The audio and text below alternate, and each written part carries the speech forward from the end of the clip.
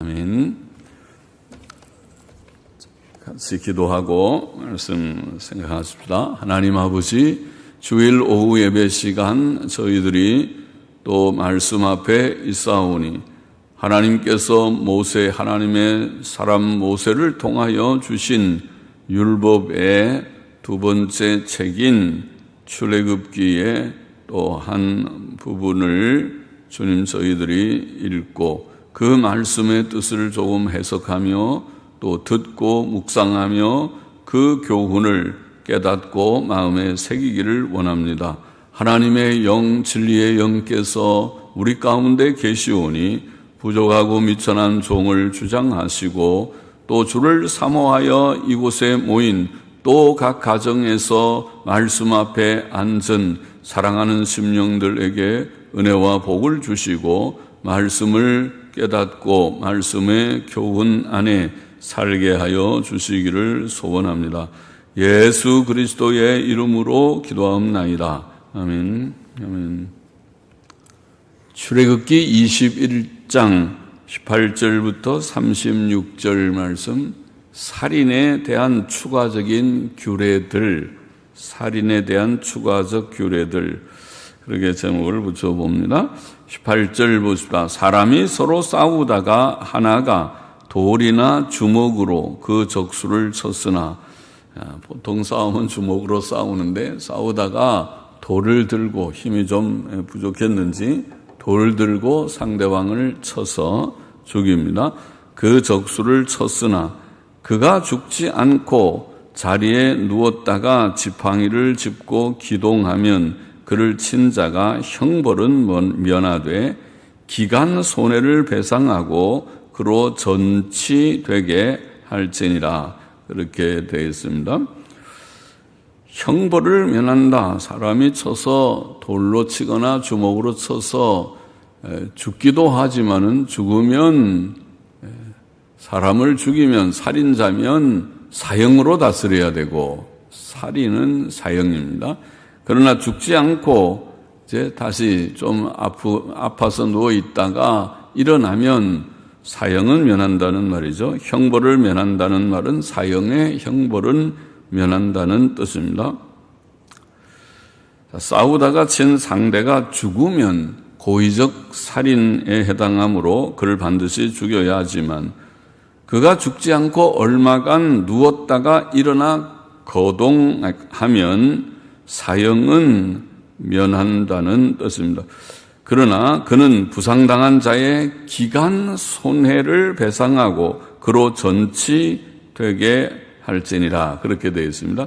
기간 손해라는 그동안 그의 시간의 손실, 그의 시간의 손실, 그런 말인데, 그가 치료받는 기간 동안 그동안의 손실, 그것은 시간적인 손실도 물론 크고, 그죠? 요즘같이 1시간당 그가 어떤 사람인지에 따라서 시간당 많이 버는 사람들은 엄청 많이 벌 수 있으니까 시간을 얼만큼 그가 잃어버렸느냐에 따라 손해의 금액이 다 달라지겠죠. 사람의 값에 따라서. 그 사람의 1시간은 매우 비싸다. 아주 기술자들은 많이 비싸죠.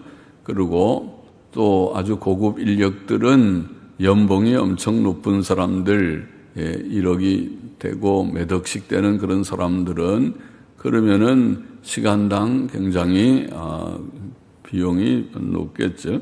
그러니까 기간, 그 시간적인 손해, 또 물론 정신적인 그 시간 동안 그 시간에 그의 시간의 손실이란 말은 시간의 손실도 있고 그 시간 동안에 그가 받은 정신적인 충격, 정신적인 피해, 또 물질적인 피해, 그런 것들 다의 피해라고 볼 수 있죠.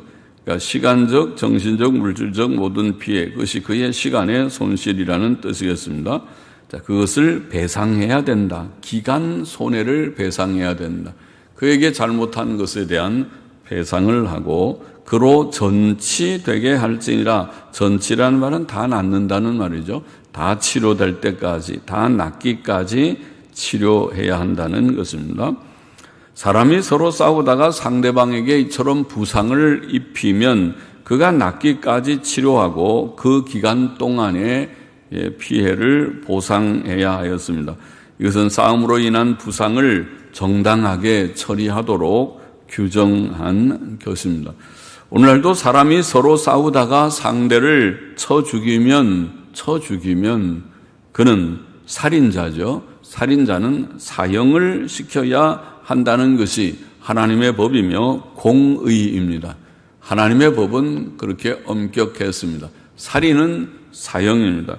그래야 사람이 다른 사람의 생명을 존중하고 사회에서 살인의 악이 근절되고 감소될 것입니다.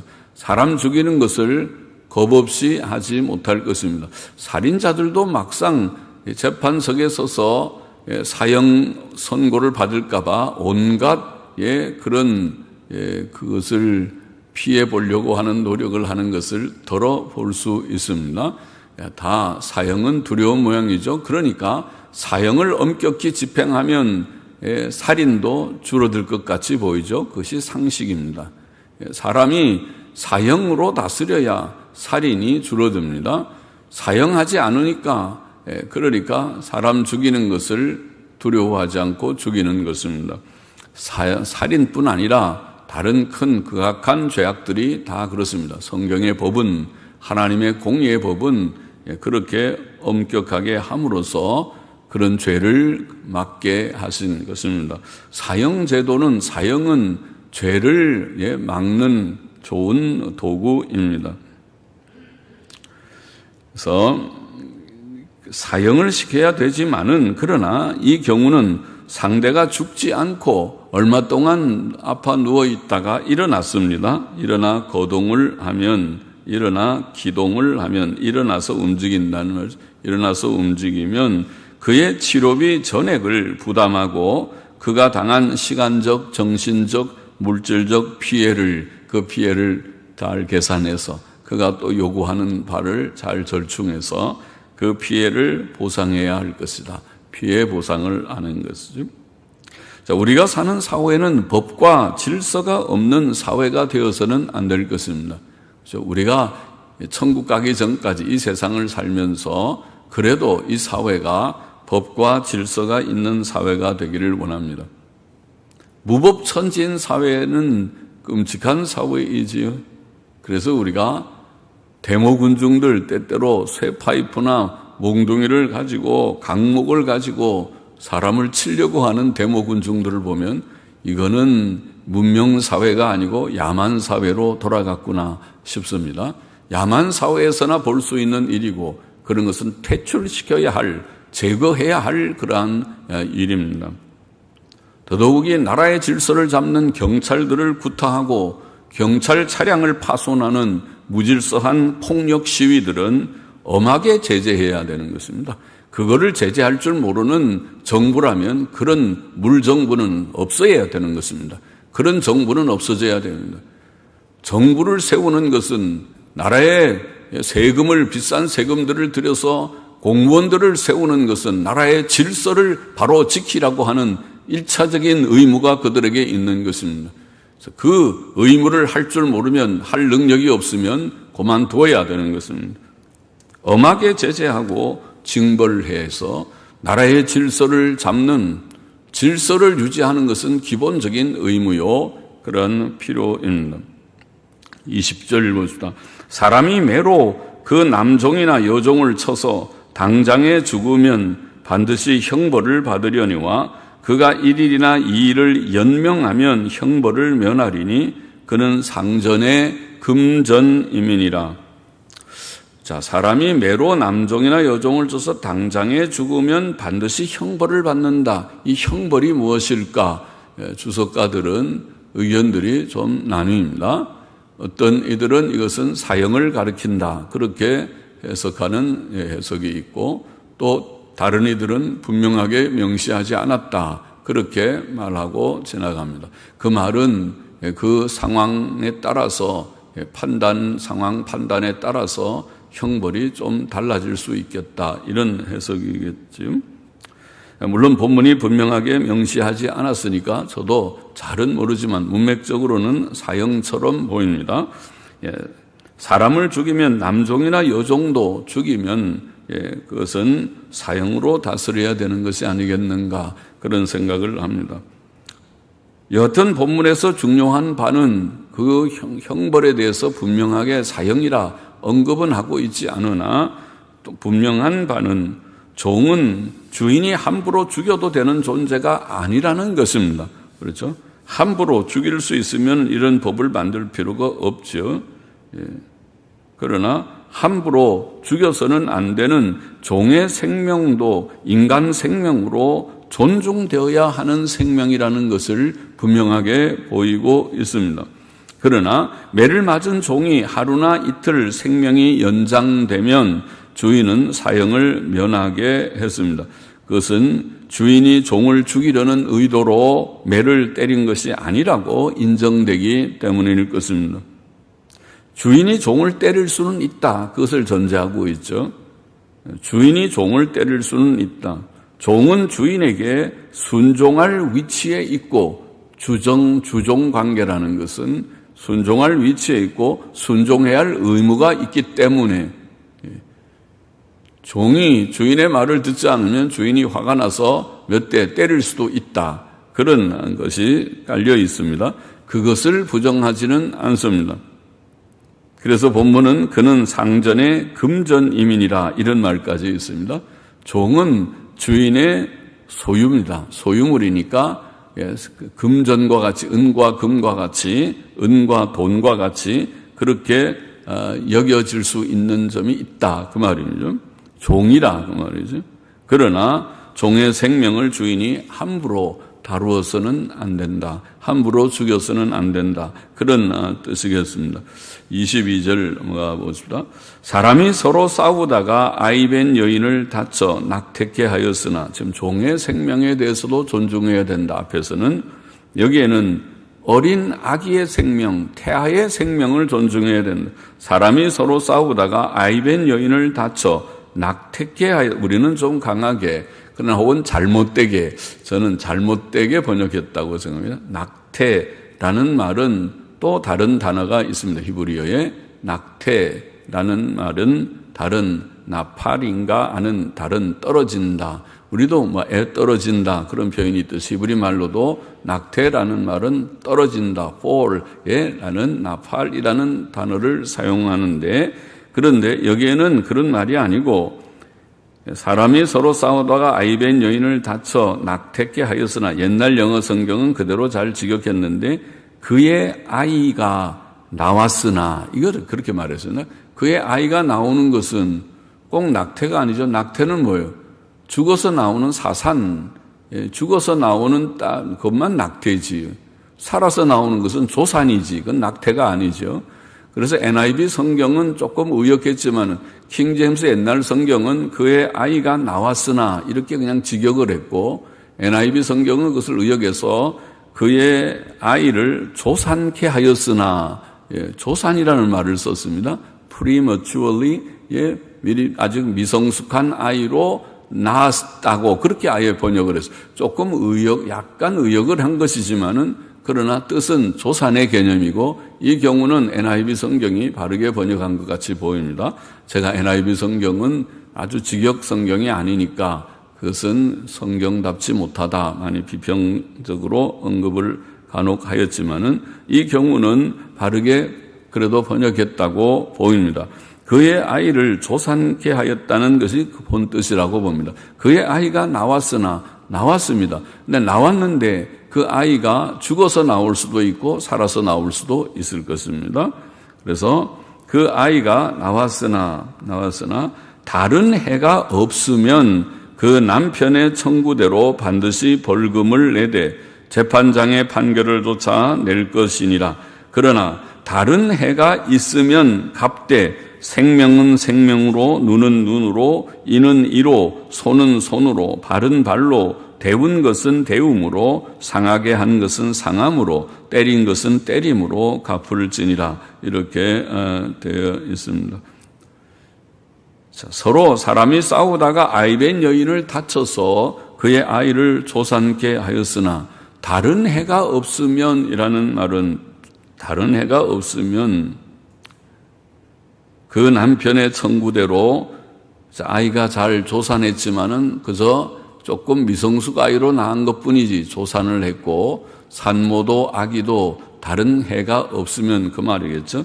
그러면은 그 남편의 청구대로 재판장의 판결을 조차 반드시 벌금을 내야 된다.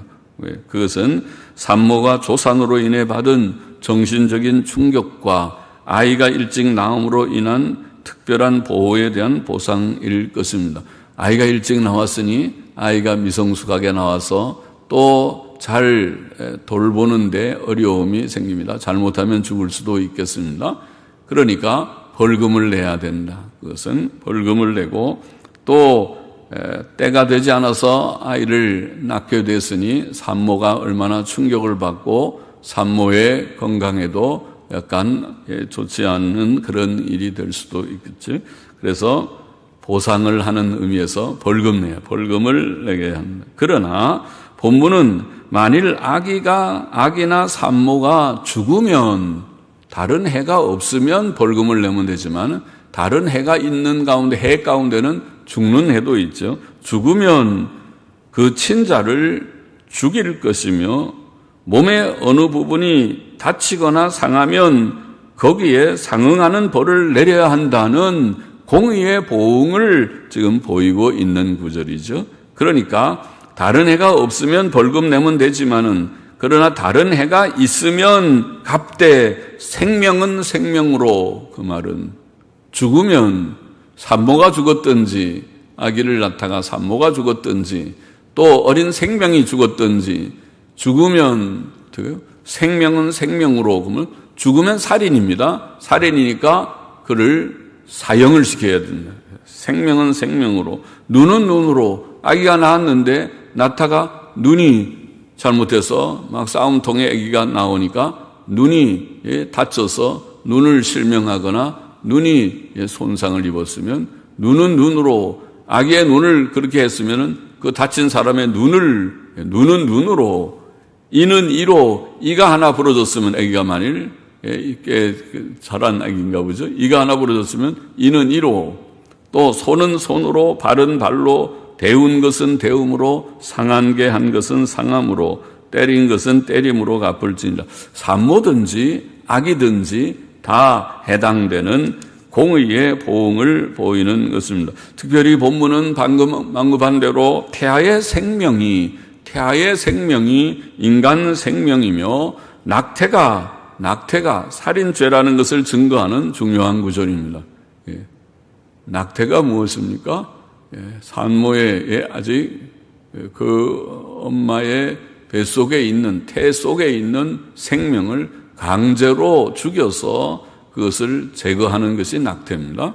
그것은 곧 살인에 해당하는 것이다. 살인죄다. 그것은 결코 해서는 안 될 살인죄다. 오늘날 현대사회의 죄가 많지만은 현대사회의 죄 중에서 가장 심각한 죄의 하나가 낙태죄지요. 낙태죄. 온 세계, 우리나라만 하더라도 1년에 아마 100만 건인가. 지금은 낙태 통계가 어떤지 모르지만 제가 기독교 윤리책에 인용해놨어요. 오래전에 몇 년 전에 벌써 12년, 10년, 20년 전이 되는가 통계가 100만 건인가 그렇죠. 우리나라만 그렇습니다. 그러니 온 세계적으로 보면 얼마나 많은 태아들이 죽어가겠습니까?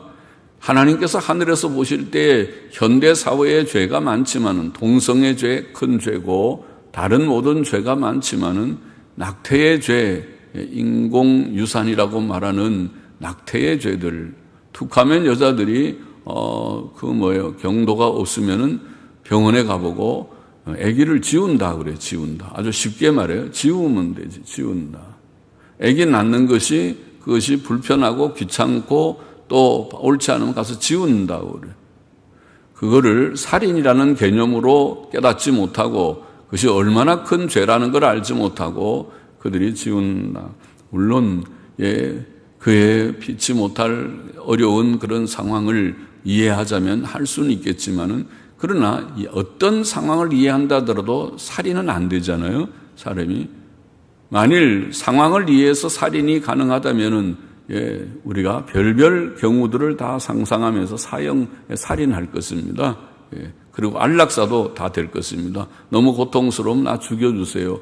죽일 것입니다. 그것을 선이라고 생각하는 그런 윤리적인 혼란에 빠질 것입니다. 그것은 허용될 수 없는 그런 생각이라고 믿습니다. 그래서 우리가 낙태가 분명히 죄라고 하는 것을 보이는 중요한 성경 구절 가운데 하나가 바로 지금 출애굽기 21장 본문의 22절의 말씀입니다. 26절 보십시다.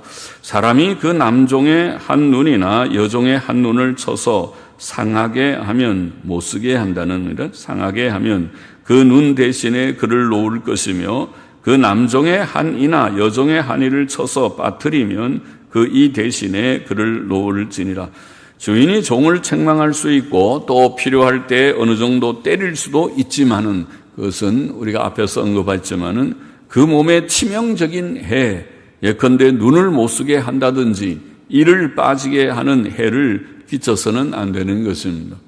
오늘날 같으면은 임플란트를 한다고 하지만은 옛날에는 그런 기술도 없었을 터이고, 이를 빠지면은 참 지장이 많죠. 사람이 아주 필요한, 다 이게 눈의 시력도 아주 필요하고, 눈이 어두우면 모든 것이 어두워지고, 그래서 눈 건강을 잘 유지하는 거 아주 중요하고, 이도 참 중요하죠. 이가 없으면 먹을 수가 없어요. 사람이 이가 다 망가지면, 그러면 잘 먹지 못하니까 몸이 건강할 수가 없고, 그렇게 되는 것이죠.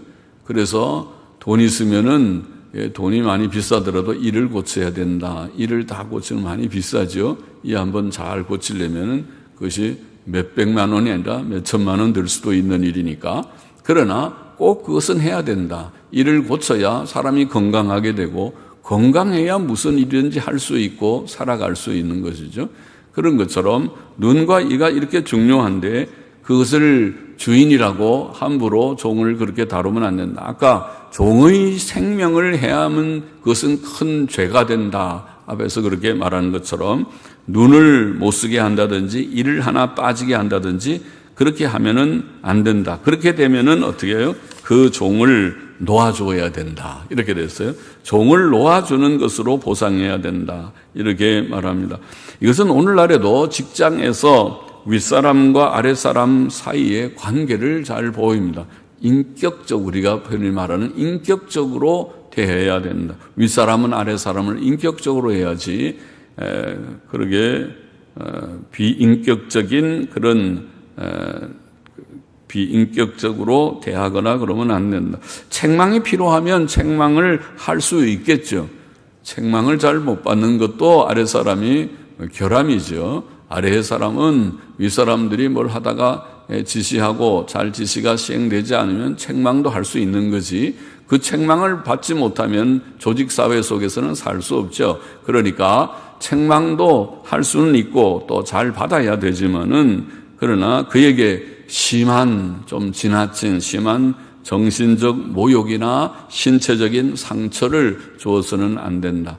요새 흔히 말하는, 예쁜 말은 아니지만 갑질한다는, 갑질이 돼서 그렇게 사람들에게 모욕적인 말을 하고 또 행패를 부리고 그렇게 하는 것은 옳지 않다는 것이죠. 이 계명에, 이렇게 율법에 그렇게 나와 있는 것입니다.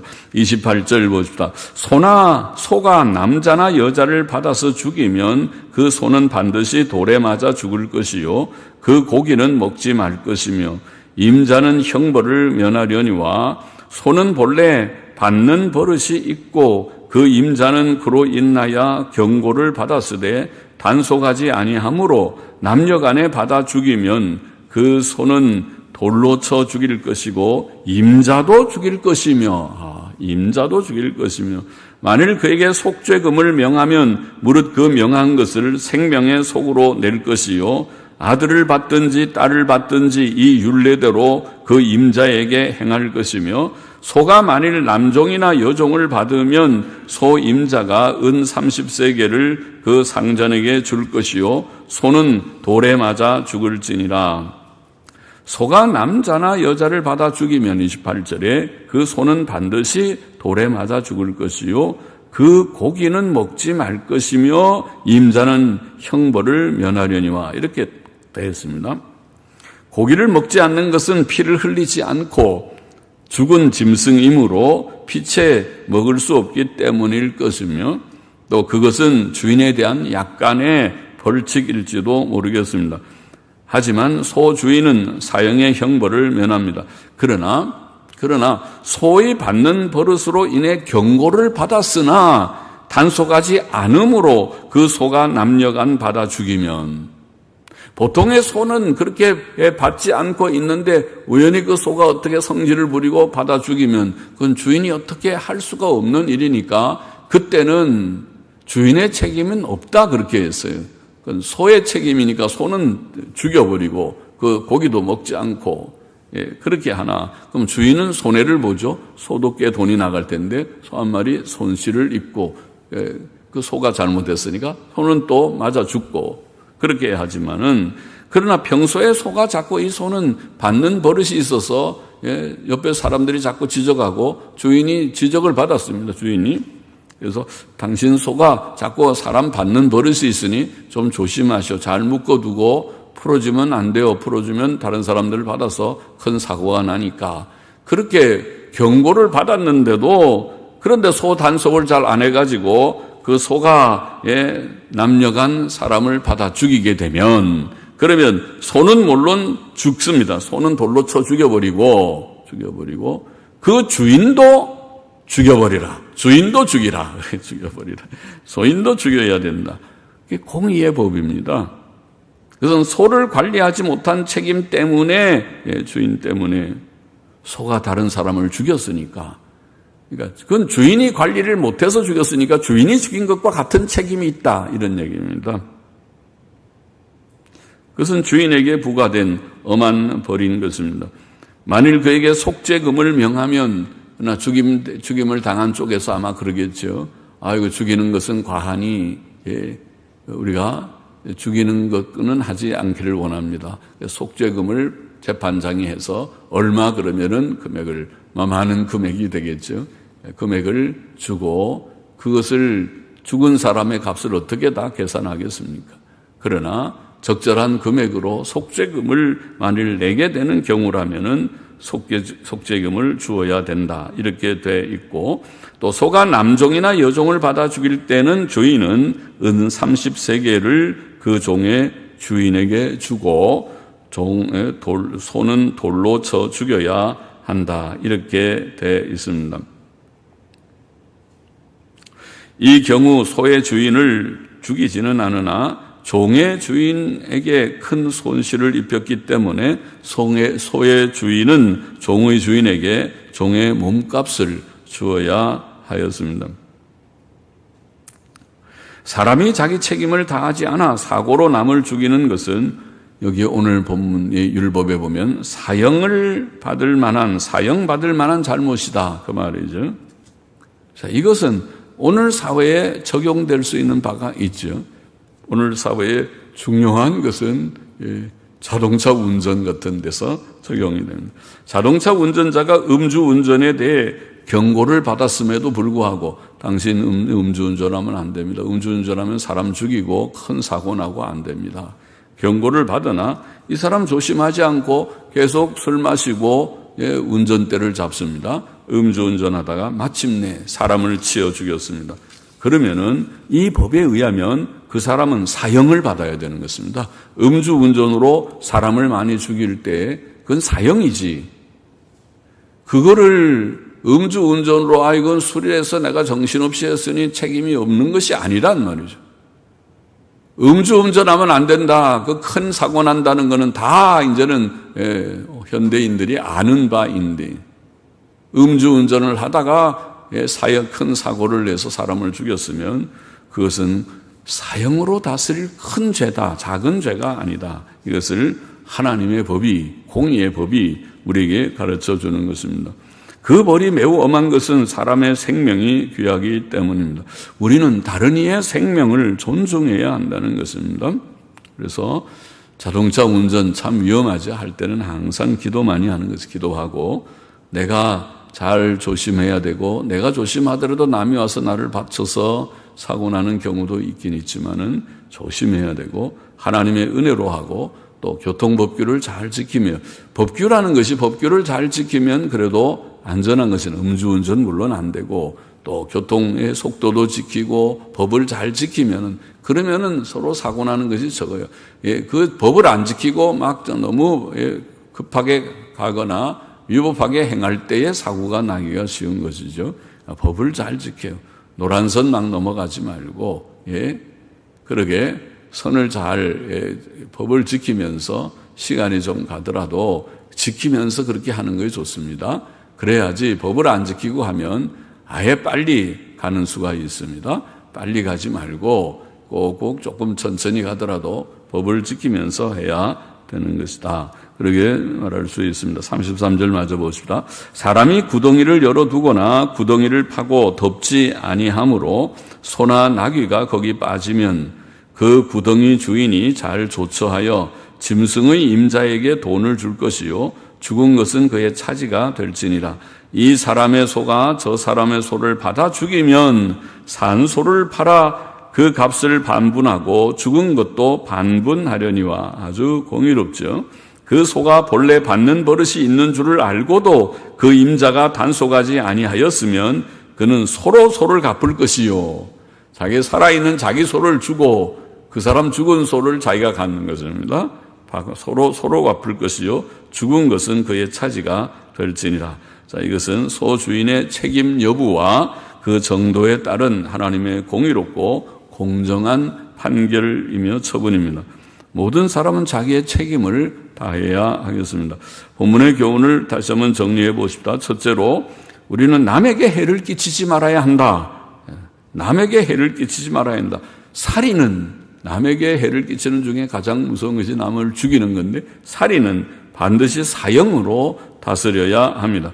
이것이 하나님의 공의의 법입니다. 이것이 사회 질서 유지에 필요한 하나님의 공의입니다.